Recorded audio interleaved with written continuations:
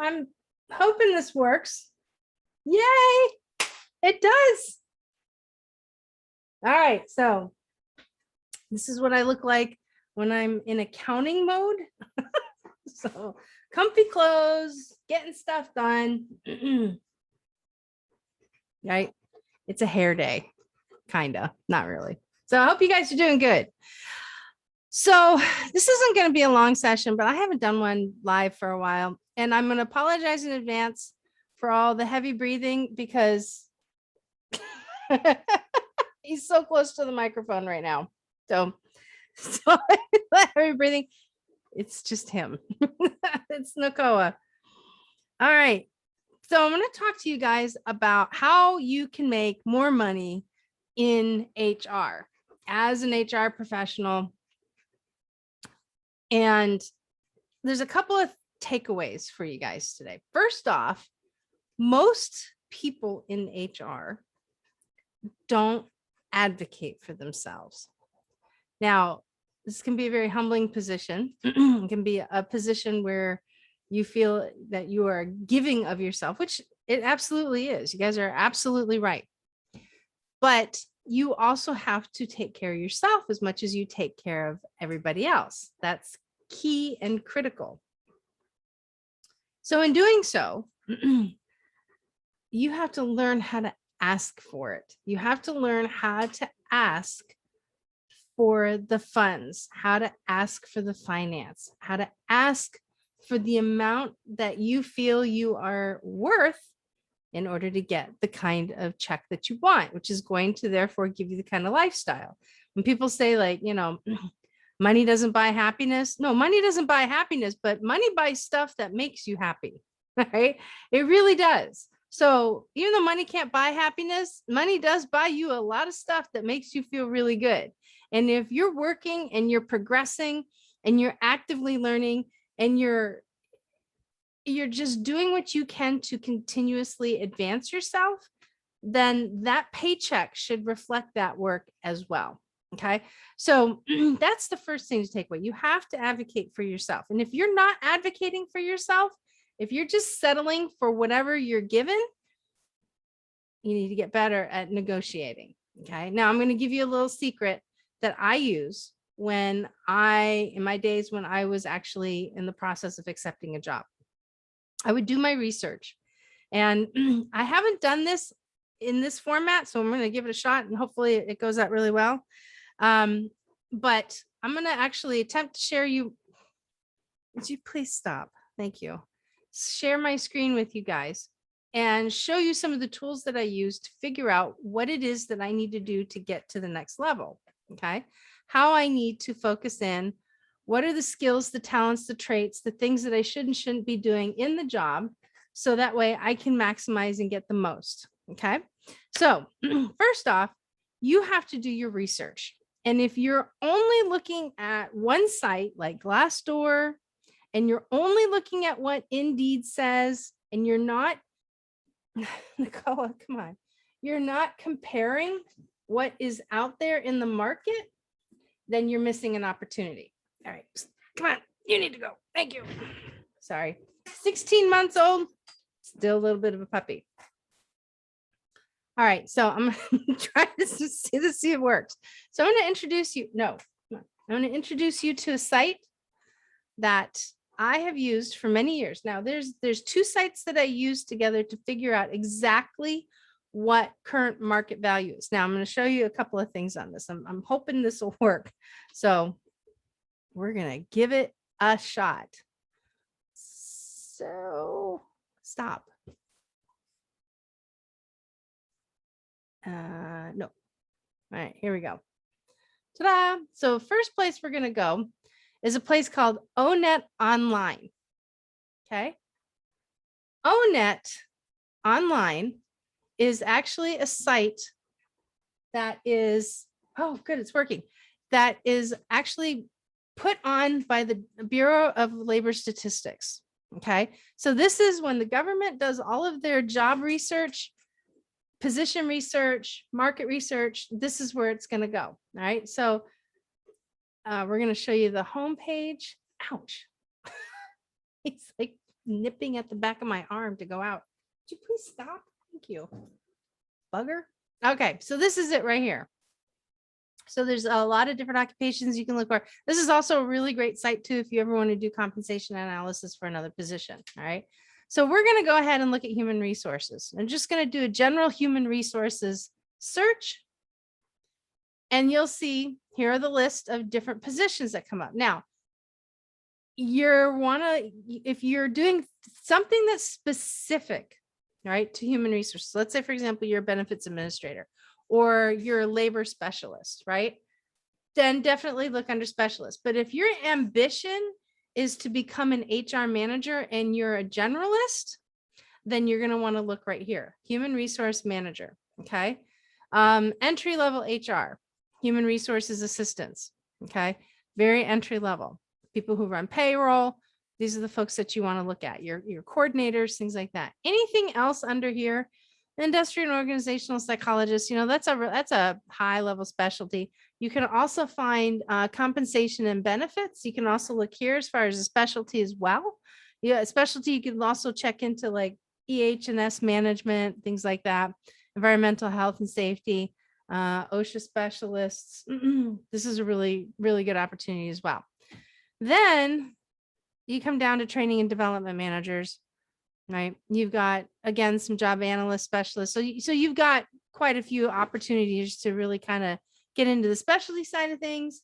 And then you can get into, just the general HR management side of things. Now, also, if you notice down here, you're going to see chief executives. Okay. So if you're considering, if you want to be like a CHRO in your career, chief human resources officer, then you can start doing the research and learn what it is that you need to do. I learned about this site back in 2007. It's been around for a while. And while I was progressing and I was working my way up, I was always going back to this to dig in and see what it is that I needed to do. Okay, so let's go ahead and click on HR managers and we're going to take a look at that. So what you're going to find, and you can tinker around with some of these other tabs here, but what you're going to find is it's going to give you a list of tasks, what kind of technology skills that you need to do the job, your knowledge, your skills, and your abilities. All right. That's what we're going to start with. So when you open up this plus symbol, it's going to give you a listing of what, no, no, you don't. It's going to give you a listing of what the essential functions of the role generally are. And this is a really great tool to use to actually write your job description if you don't have one. Okay. But these are the types of tasks that if you're not doing some of these, you need to put these down as an opportunity for you to go ahead and work on them.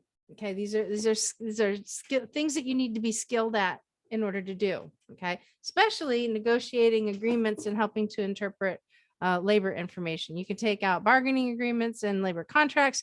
But the thing is that you're going to wind up having to negotiate at some point in time in your career, right? So it doesn't have to be necessarily labor related. And it could, because, there could be a union in a company that you're working at that's unionized. So it means that you have to get good at negotiating, right? If you haven't done that before, then you need to figure out how. You need to really find somebody who's going to be able to help you figure out how to do that. Oversee the evaluation, classification, and rating of occupations and job positions. This is HR 101 right there. Okay. So if you've never done something like that, great time to start planning that. And when you start putting together your HR strategy, pull some of these things and make sure that you're lining them up and that you can actually talk to them. Okay. So technology skills. There's all the things that you need to know. Be an HR manager. You can read that later if you want. Things with a fire on it means, it's a hot topic. Need to know that. Okay. Knowledge. There you go. I don't know so much about psychology. I've never studied psychology. I have studied people and how people behave. So I would replace psychology with behavior. And then your skills. Right? Are you actively listening? Management of personal resources, right? These are skills, critical thinking. And what's cool is that when you click on the plus symbol, it'll actually tell you other jobs that it's pertinent for. So if you're a government contractor, hint, hint, nudge, nudge, reach out to me. I can show you how to use that for this. All right. Work activities. What are some of the, in your abilities? Okay. These are also called competencies. All right. Written comprehension. That's a competency. Oral comprehension. It's a competency. Okay. All right. Work activities. These are the things that you're going to do in the day in the life of being an HR manager. Now you can start going through all those. Now your detailed work activities. We're like, well, is that kind of different than essential functions of the role? Well, it's a government. We like to repeat ourselves a little bit, but these are bullet points. Now, here's the thing. I'm going to give you a little cheat. When you're putting your resume together, these are things that you should be pulling out and actually using as detailed work activities, because if you look at them, they're easy to read, right? Represents the organization in external relations. Ooh, somebody go, ooh, what does that mean? Interview employees, customers, or others to collect information, right? You can start pulling some of these out. You can go ahead and start pulling some of these out too. You know, I served as a link between management and employees by handling questions, interpreting and administrating contracts, if that applies, and helping resolve work-related problems. If that's what you did, number one, you know what? Put that on your resume. Okay, so we're not talking about resumes. I don't want to sidetrack. I'm going to teach you how to make money. Now, your work context. Now, this kind of gets a little odd. You're like, well, what do you mean by context? So typically you're going to be in email and on the phone at some point in time. Okay. But 96% of your job is going to be doing face-to-face discussions. Whereas like, the level of competition in your workplace, 67%, right? And believe it or not, this is a study that, what was the consequences of the errors I made? Only 29% of them said serious, because you're going to make mistakes, right? And there's very little that you cannot fix in HR. Very, very little. One of the few things that we can't fix is death. Can't do it. Not possible. Can't reverse that. Okay. So that's some information. Now, here's where we really get into the juicy stuff. Here's a lot of people will ask me, Brenda, do I need an education in HR? Well, look who's getting the jobs. 74% of people in HR have a bachelor's degree, like a bona fide professional. Now, you may be working your way into that, and that's fine. But 74% out of all the respondents that they studied on this have bachelor's degrees. Okay. So that's a good answer. So you got some work styles. Again, these are individual traits. These are what we call core values, right? Integrity. Job requires being honest and ethical. Self-control, maintain your composure, keep your emotions in check, control your anger. Okay. Avoid aggressive behavior. Yeah, I had somebody I used to work with. I should have pointed that one out to her, but sorry, a little snark going on there. And then work values, right? You're going to be building relationships. You're going to need to, offer some form of recognition, right? And then working condition. What kind of working conditions are there? All right.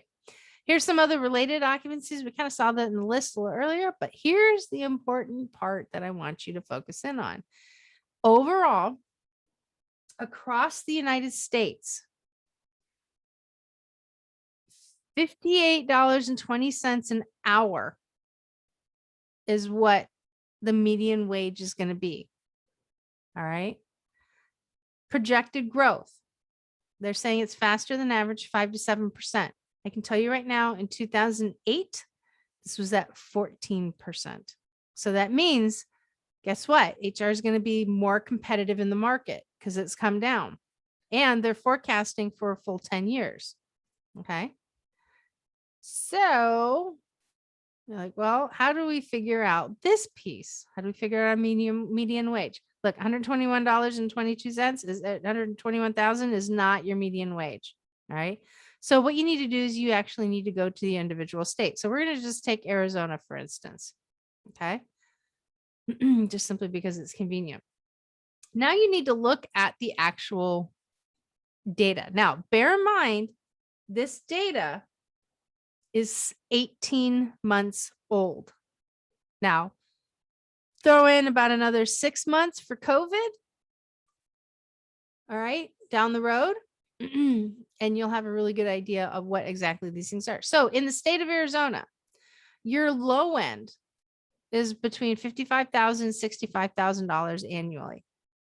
Now, some of you who might be in Arizona are seeing this and that's what you're making, going, holy cow, I'm being paid way too less. Well, you know what? You also have to take a look at your company too. What can your company afford? All right. And this is where advocacy comes into play. Not only does it come into play for you to go ahead and negotiate your salary, but as you're looking for a job, you have to target the salaries that are going to pay. And you probably do have the skills. You just have to go back and be very honest with you in the last page that we just visited and confirm with yourself, yes, have I done this? And on a scale of 1 to 10, how good am I at? Right? If you start knocking yourself, it's like, well, I can do the job, but I'm not really all that proficient. You know what? You might want to put yourself at a 7, but you're not taking yourself out of the ballpark. That just means that you're making some room for improvement, right? And if you're an awesome recruiter, right, you get good people, they stay, you do a really great job of identifying, a cultural fit, then you know what? Rank yourself a little bit higher, find that happy average for yourself, right? And if you have somebody that's a happy average, is like, you know what? I've been doing this for 4 years. I have these skills and these competencies. You know what? I'm actually worth $90,000 a year. Okay, well then go for that, right? Don't just look at a number and say, well, the median is $107,000. That's what I should be going for. Don't do that. That's bad, right? You're not being fully honest with yourself, right? But if you feel that you are worth the $90,000 salary, then that should be your happy place. Okay. Call that your happy place. Now, this is what I used to do. I would do this research. I'm going to show you another compensation method to also study on the research. I would look and say, okay, so ideally, I would like to be able to make $120,000 a year. I have to go back, look at my skill set. Am I worth that? And is my market capable of supporting it? Okay, so let's take a look. Let's take a look at what's going on in Arizona. So in the United States as a whole, annual low for an HR representative or HR manager, 71,000 and some loose change. We're just going to use easy numbers. Okay. 25th percentile, you're at $91,000. The median across the United States for an experienced tenured HR manager with skill sets on average is $121,000. Okay. Now you have to take into account the size of the company, what the company does, and the full scope of the position. Now, if you are in a larger metropolitan area, the government saying across the United States in the 75th percentile, which means that you're now starting to price yourself out of a job or out of the market, $162,000.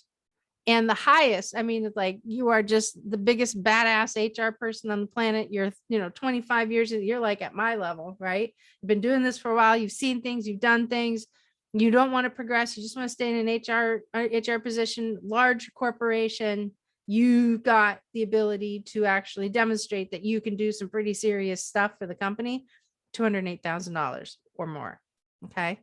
Now, understand that when you're looking at this, human resource managers, this is a very broad title that could encompass a lot of things. And a lot of people could encompass like an associate vice president, right? Or vice president of HR that may not necessarily be at the executive level or at the chief level. Okay. So you got to put it into context. Now, let's take a look also and compare that to Arizona. So we know that across the United States, $71,000.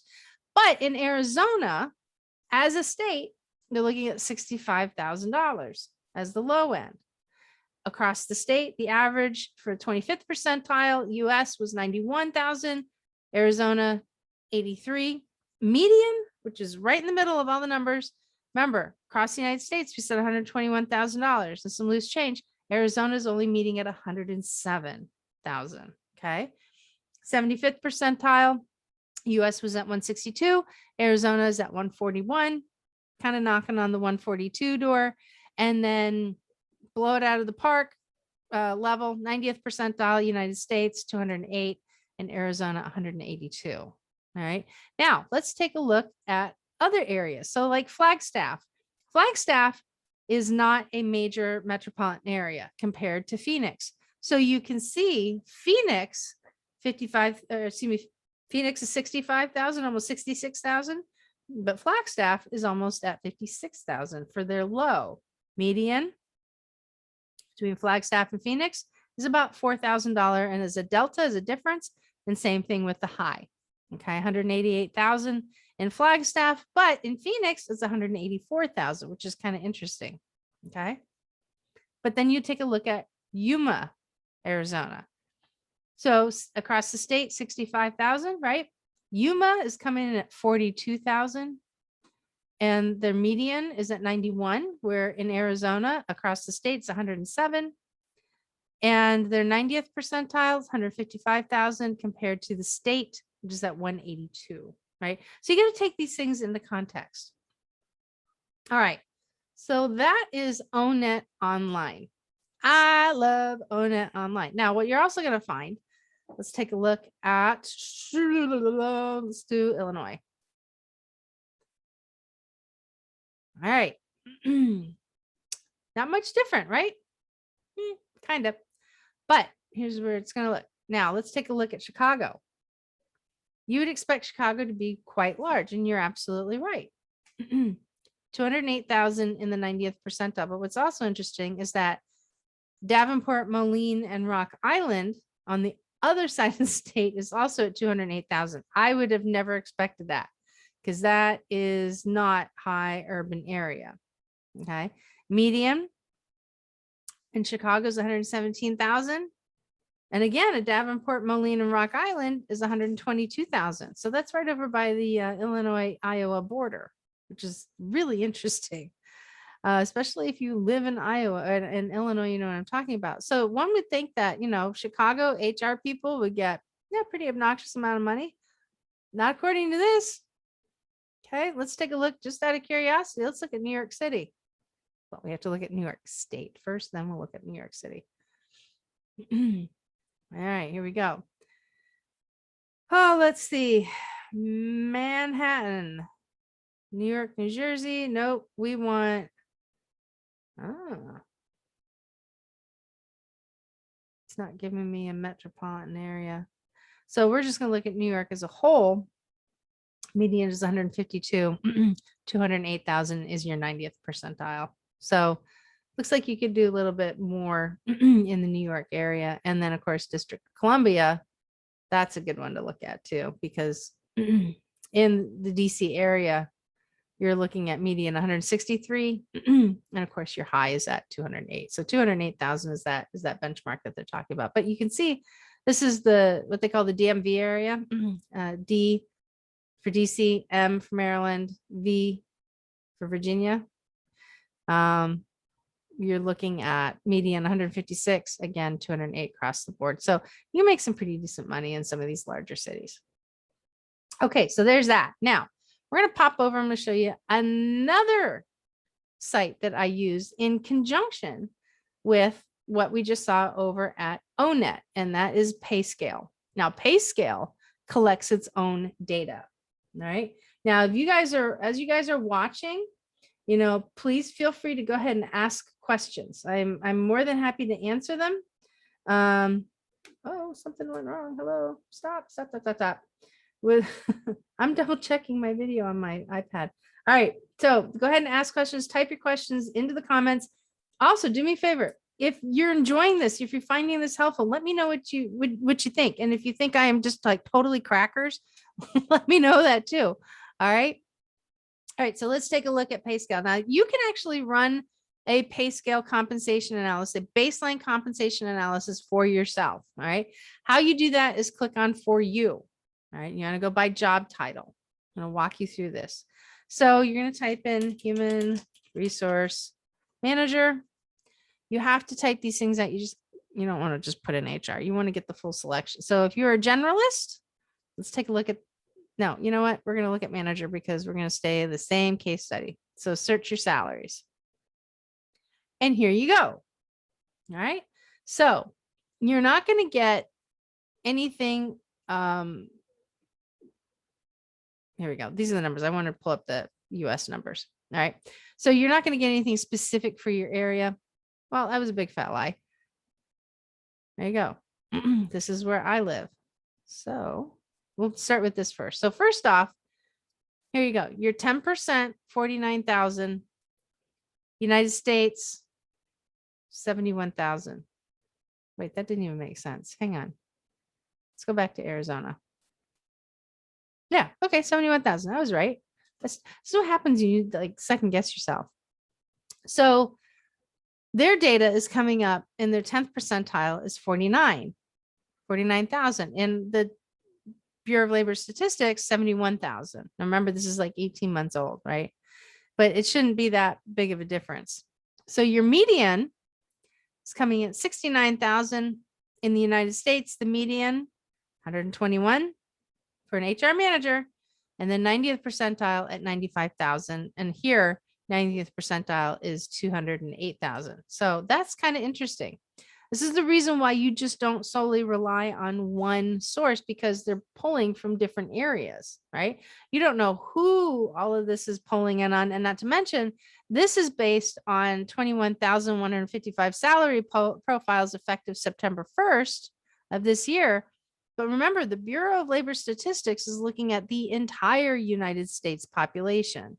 So they do the studies for all HR managers across the country. Okay. So you don't want to just rely on one thing, right? And you'll find positions that PayScale will rank them higher than the Bureau of Labor Statistics. In this case, it works in your favor, right? Here's some of the other things that you get. So there you go. Average base salary. What kind of bonuses would you be looking at? Okay.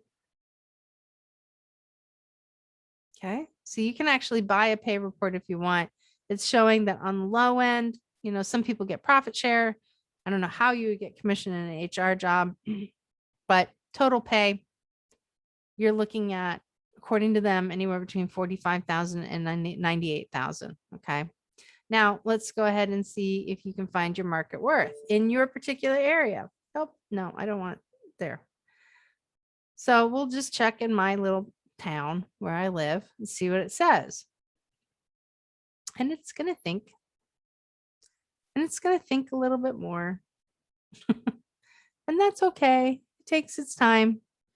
But what you can do is when you see a delta really between these two things, you can go ahead and average them out. So you add the two numbers together. So you take, like if you wanted to find out what your median was, you take the two median numbers, add them together, divide it by 2. That's going to give you an average, okay, between the two sources.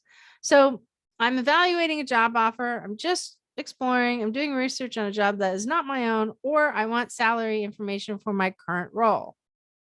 So remember, this is all marketing. So whatever button you're going to hit, just know you're going to get marketing stuff. So let's look at just exploring. Okay.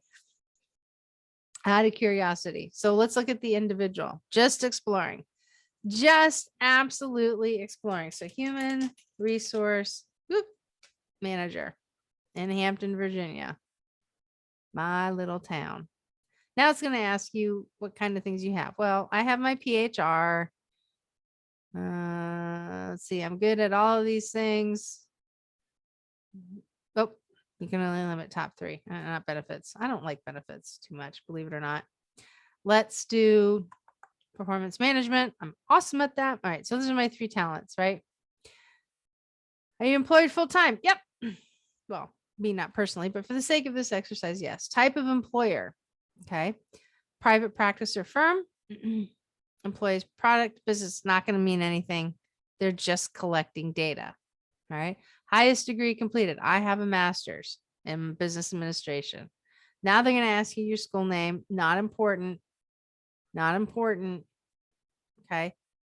Not important. All that is just marketing. Okay.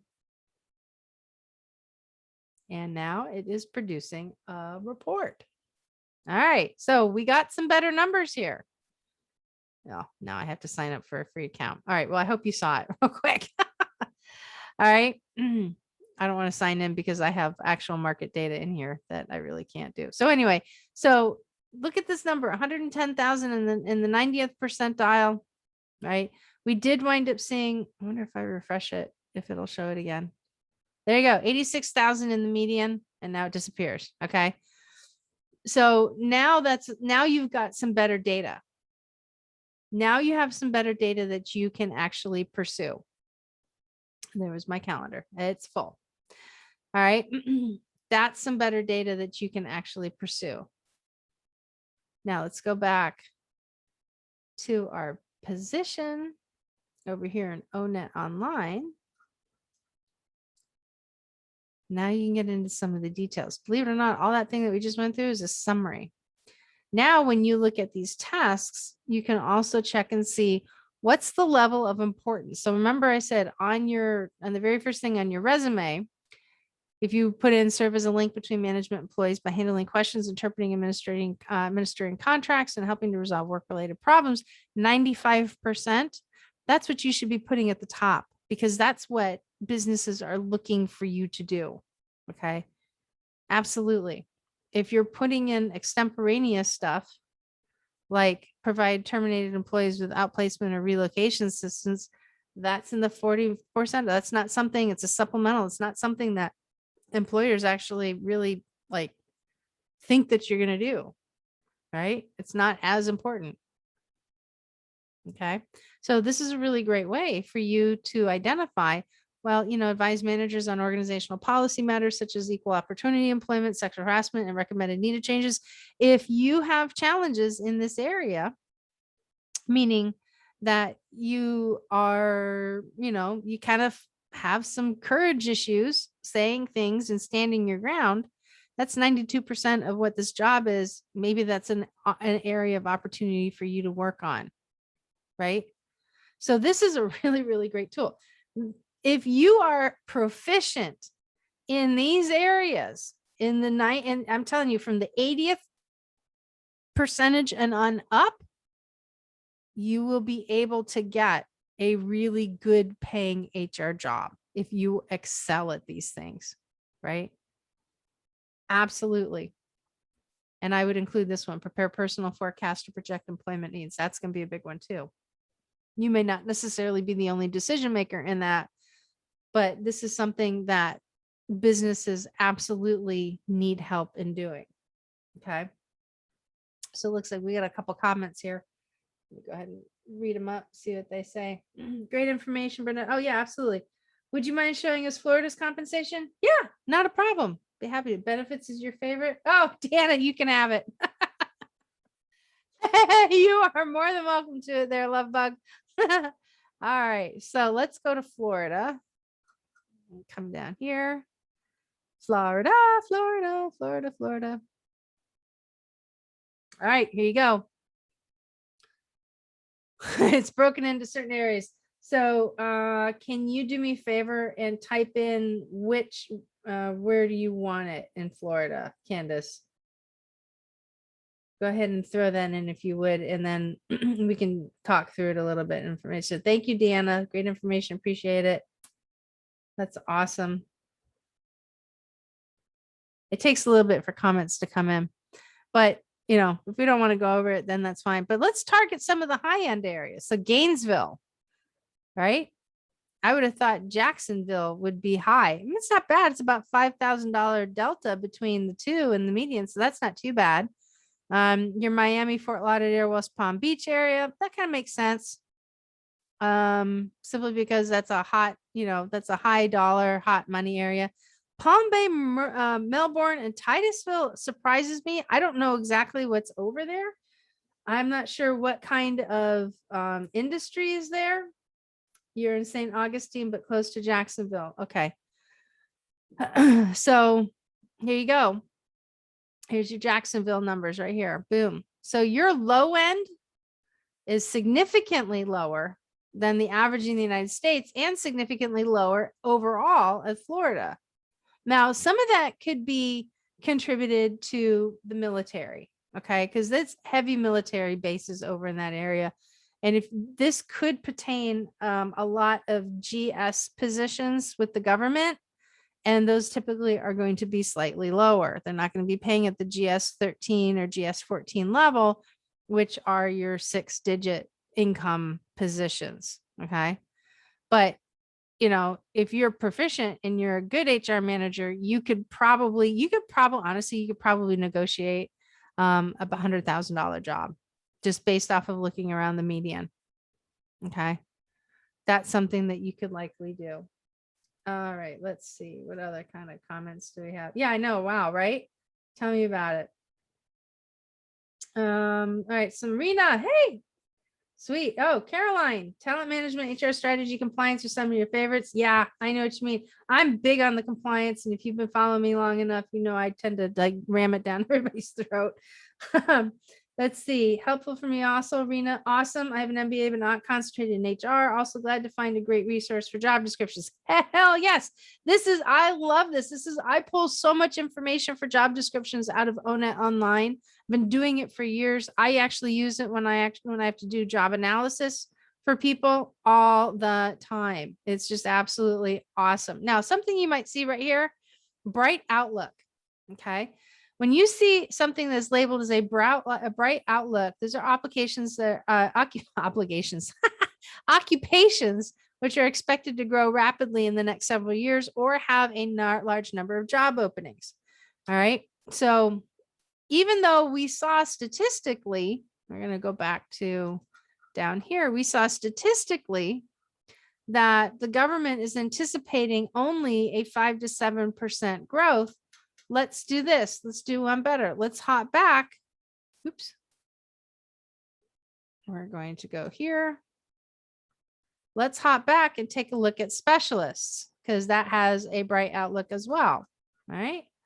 Specialists in HR still forecasting a 5 to 7% projected growth for 10 years. But what you're going to find is a specialist is not as detailed as it is when it comes to a manager. So we looked at the number one task would be that interlink as a manager. Now we're looking at interpret and explain human resource policies, procedures, laws, standards, and regulations. This is really more of a generalist, to be honest with you. Okay. These are, if you are beginning in HR, or if you want just simple phrases to use for your resume, these are probably better to pull from. And then you can go back to the HR management one and actually incorporate them together, right? And spiff them up, all right? Make them look pretty good. But you know what? If you're just getting into HR, or you are dual role as HR and something else like, accounting, payroll, bottle washer, whatever, then you know what? Then you probably are going to, and you haven't been doing it very long. Don't use the HR management position, pull information from here because it's going to be it's going to be a better fit. All right. So now what we might find is that, let's look at Arizona and let's see if they're comparable. So, wow. All right. No, not even remotely close. So as a specialist in Arizona, incomparable to the US. So this is an entry-level position, right? Generalist. We'll just call it that. Entry-level position. Yeah, social media manager. Yeah, no kidding, right? All right. 37,000, 38,000 to start with. Not bad, right?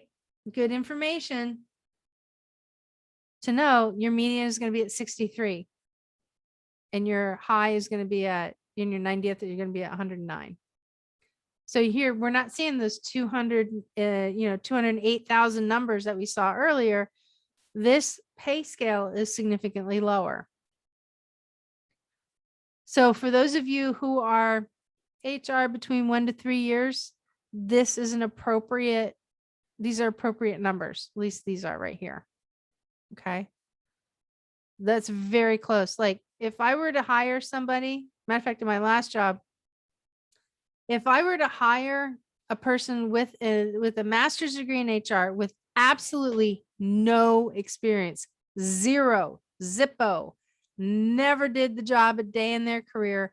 Is never even interviewed somebody, doesn't even know what an I-9 is because they don't teach that when you get a master's degree.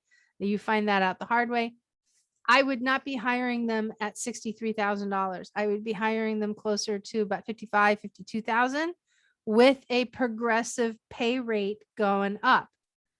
All right. So I would look to see how rapid, like I would plan this out. I would look to see how rapid they advance in their skill set and get them close within their first pay raise to the median.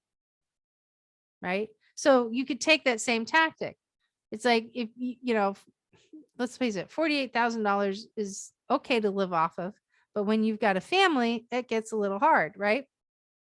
So if you want to get into a position to where you have good money that you're making, not just in Arizona. I mean, you have to look at these numbers too, but just across the United States, right? Target somewhere in between the 25th percentile and the 50th percentile. If the skills that we were just looking at were more where you are, and be honest with yourself about this. Don't shortchange yourself. Don't believe that you can do more than actually what is already out there. You start doing that, then when you go to talk about, like, tell us about a time. Let's go take a look at the HR manager position again. Right? Come on. Oh, I have to hit the button. Sorry. All right. HR managers.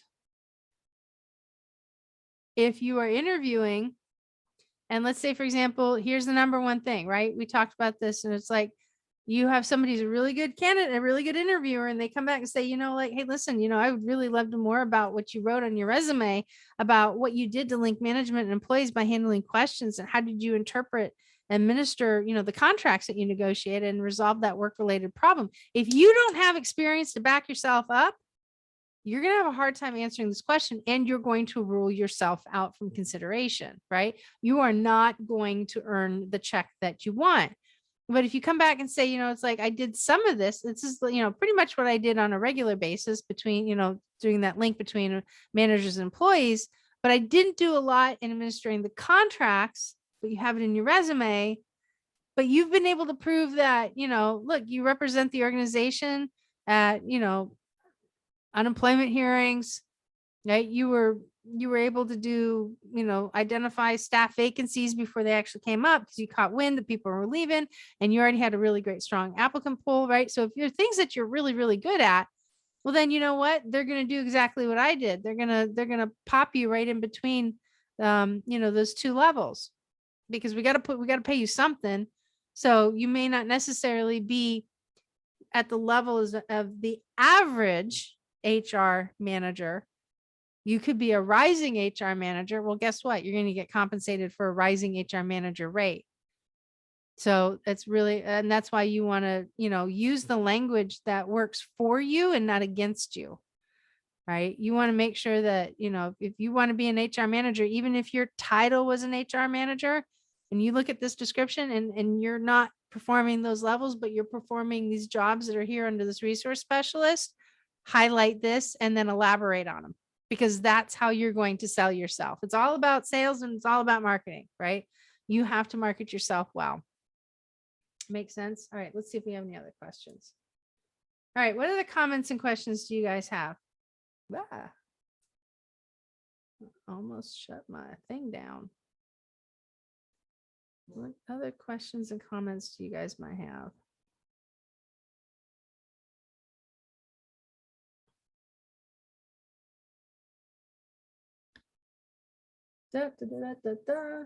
But you will find that you are going to love this. So this is onetonline.org. There it is. onetonline.org.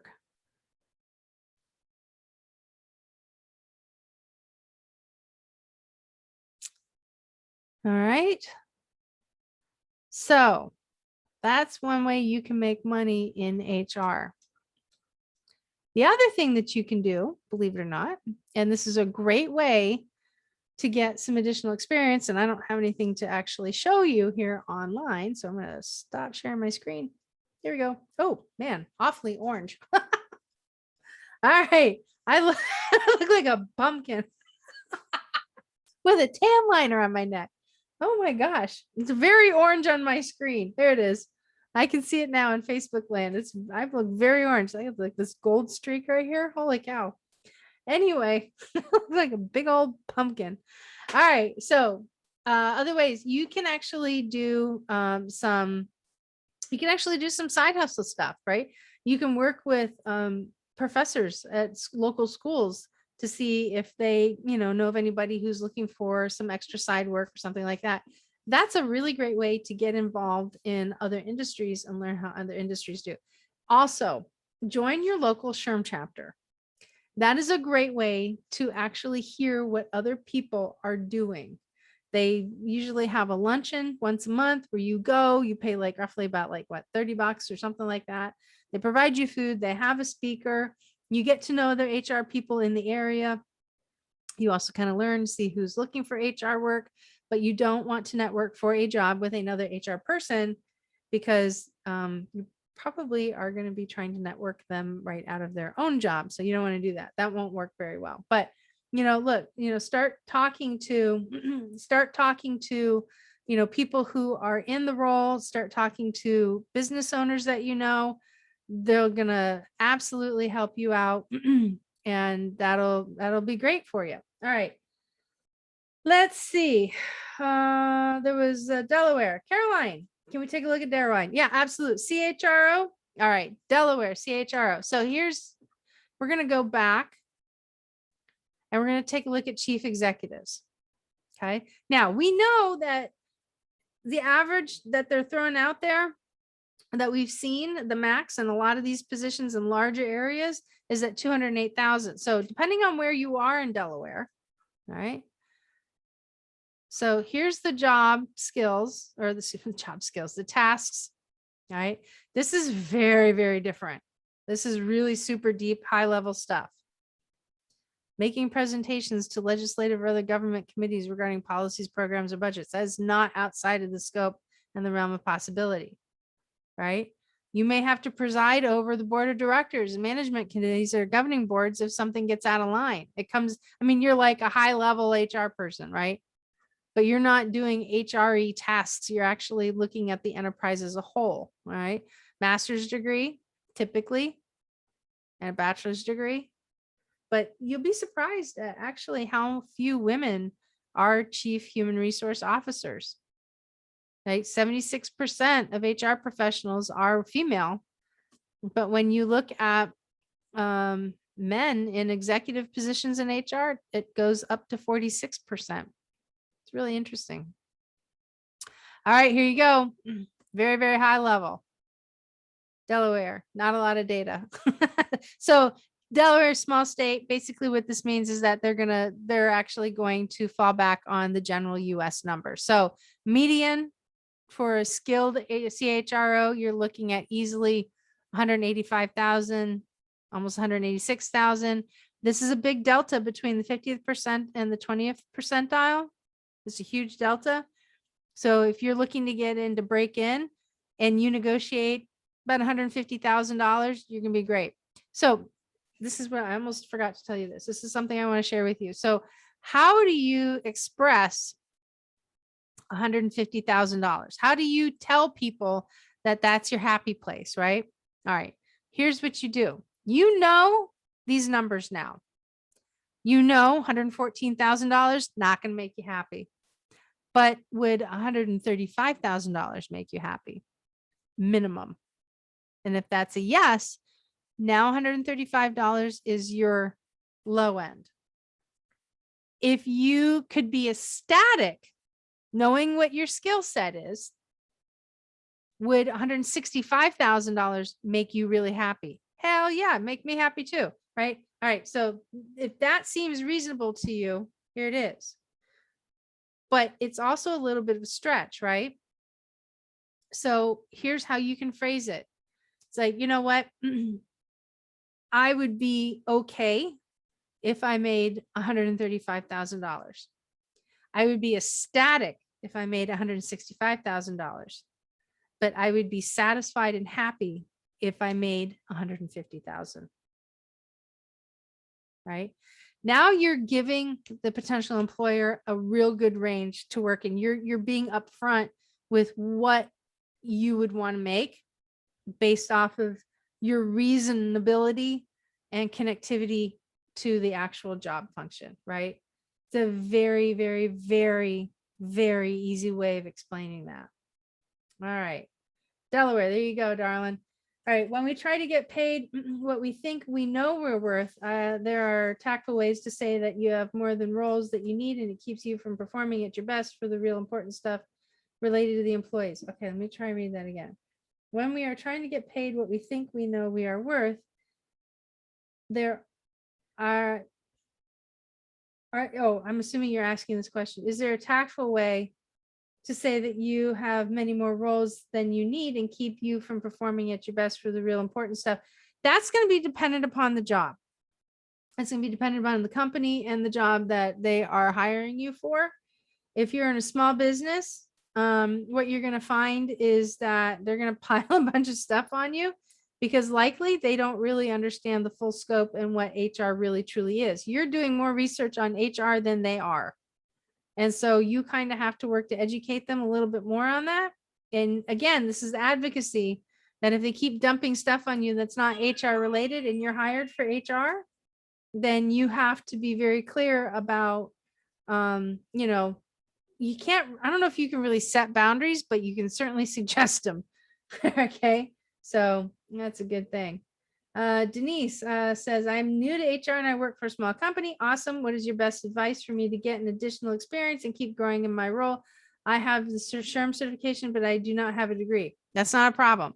So this is an awesome question. Denise, go back. We're going to get out of this Chiefs thing here. All right. So we're going to take a look at specialists. All right. Go through the tasks, and you can print this out. And believe it or not, this is exactly what I did. I did this in like 2008. I printed all these pages out, and believe it was just as comprehensive then as it is today. And I started highlighting the things that I don't do often as a yellow. I highlighted the things that I do often and I have strong proficiency as green. And then the ones that no experience whatsoever, pink. Because those are the common colors that you get in a pack of highlighters, right? And it'll give you a visualization of where your skill sets are lying using this information. Same thing with knowledge, right? Oh, come on. My mouse is arguing with me. Come on. There we go. Plus symbol. There we go. Take a look at your knowledge. Same color coding, right? If you're really great at administration and management, your filings, your physical tangible tasks, that's awesome. Or that should be clerical. Excuse me. I was looking at administration, talking clerical here. You know what? Throw that up as a green. But if you're not really good at like resource role modeling, not strong at leading and really influencing, throw that one in as a yellow. Your pink should be if you've never done it before, right? So if you don't have as much practice with it, throw it in as a yellow. Now you know what you need to work on, right? And now you can kind of set a course moving forward to do exactly that. Look at your skills. What kind of skills do you need? Like, believe it or not, one of the things that I really wished back in the day that I was better at was this one, critical thinking. And I'll tell you a little secret why. Because I was gullible. Oh my gosh, I was so ridiculously gullible that I would take people at their face value. And so I spent time paying attention and watching other managers who were really, really great at the people gig on how they used critical thinking to kind of weed through the BS and the not BS. And they got really good at it. So critical thinking, it's like it's about asking the questions. It's like, well, did he really do that? Or is that the perception of somebody? You just, get the opportunity to use your 5 whys and keep digging till you have all the information, right? Your abilities. There you go.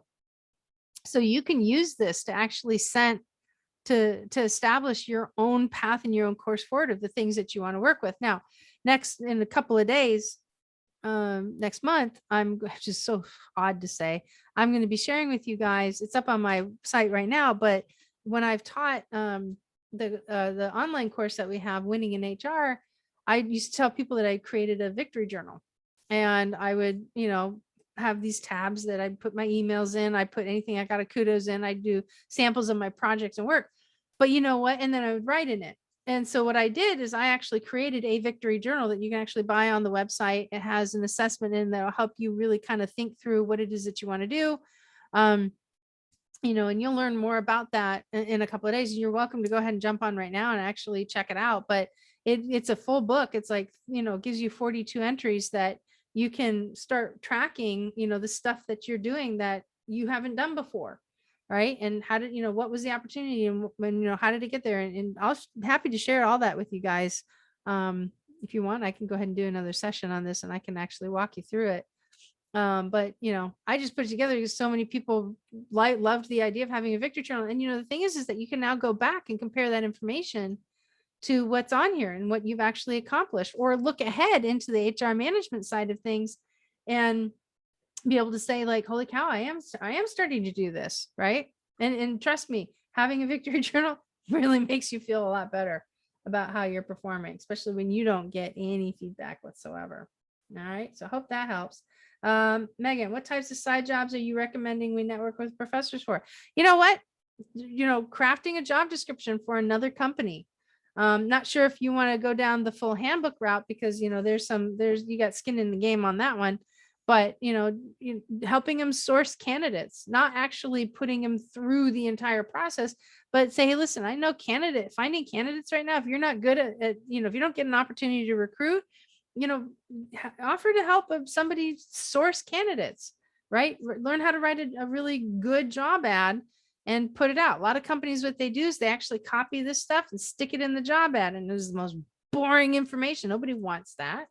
Right? The only people who will raise their hand for a job like that are the people who absolutely need it, and your steady eddies and your delinquent Davids. The people who are not going to be around for a while, the people that are harder to manage. And if you really want a great culture, you got to hire the great people. And the only way to do that is to make your company look like, hey, that's the place where great people hang out, right? That's the place where great people work. So learning how to write that job ad is going to be, it's all marketing. I'm telling you, it's all marketing.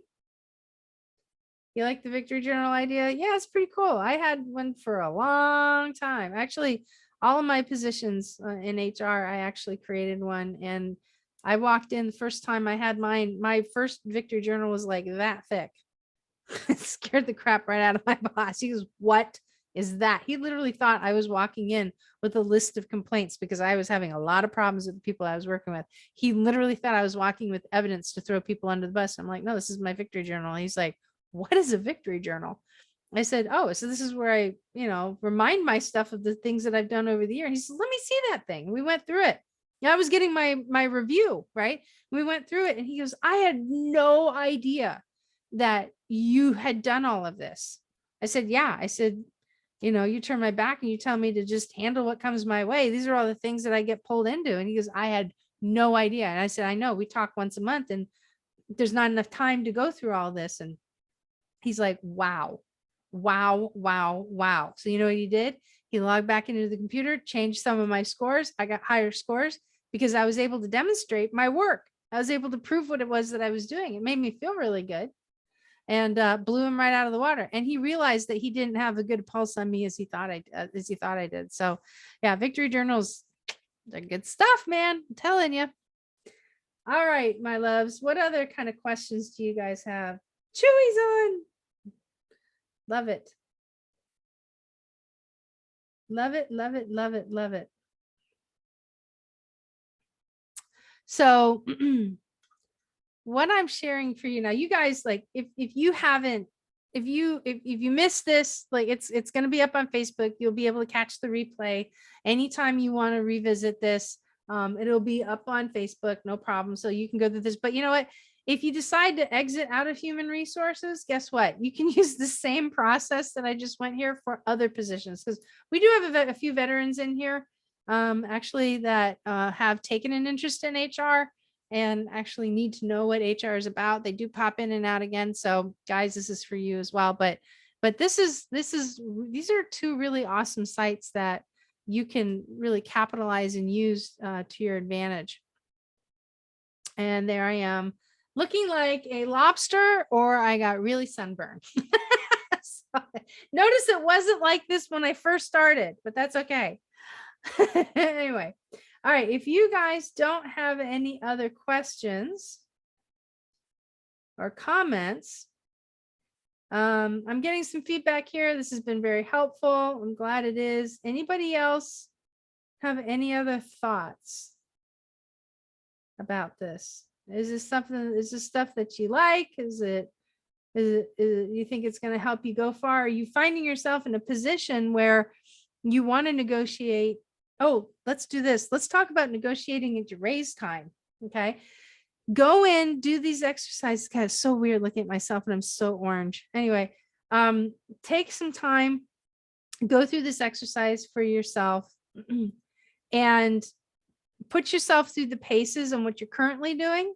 And then that way, as you come closer to your review time, or when you know that you're going to get a merit increase of some kind, you can now have the conversations like, you know what, I've been, taking on some really great work. I'm so appreciative of the opportunity. You have to come across as really being genuine about this.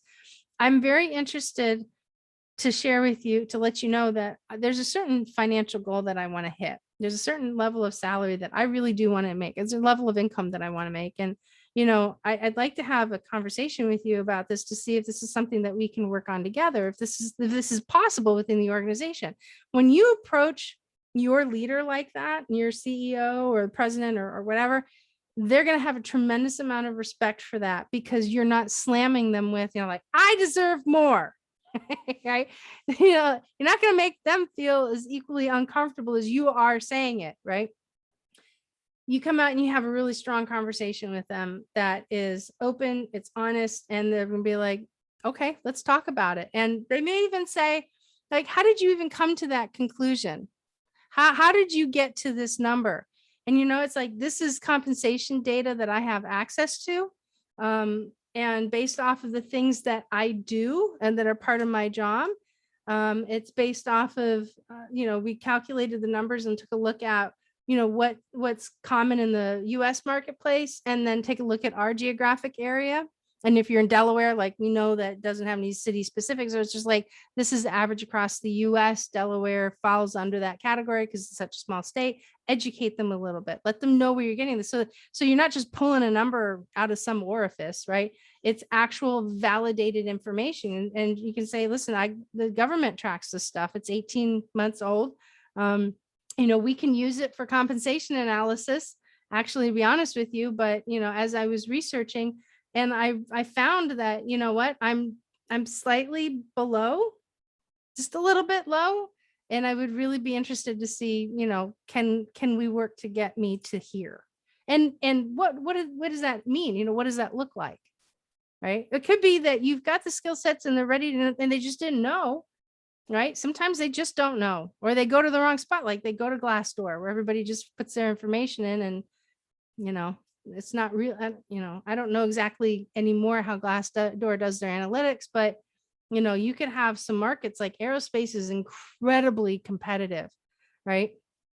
I know employers that intentionally price high because there's only a couple of different areas where operations they compete. Like they literally steal people from coast to coast and, hemisphere to hemisphere, right? It's very competitive. So they have to price high. They have to be able to meet some of the big dogs in order to staff people and staff good people that they can rely on, right? So there's some of that there. So you have to kind of know your industry as well. All right, let's see. What was the second resource? Onet. Yes, Onet Online. And the other one is PayScale.com. Come in, I look like spring break gone bad. Oh my gosh, this is so funny. So PayScale.com. All right, Caroline. So there it is. So Denise, very helpful. Awesome. I'm glad. Wonderful. Rena, you're so welcome, darling. It's good to see you again. All right, my friends, I am going to go ahead and hop off here. It's been an hour. And you know what? If you guys have time tomorrow, we're going to be talking, Suzanne and I are going to be talking about this over on Clubhouse. We're jumping in and doing that at 10 a.m. And same subject, but we're going to come from a couple of different spots. So you guys are more than welcome to go ahead and listen in. And love to you too, Deanna. And we will talk to you guys later. You all have a wonderful evening, and be good.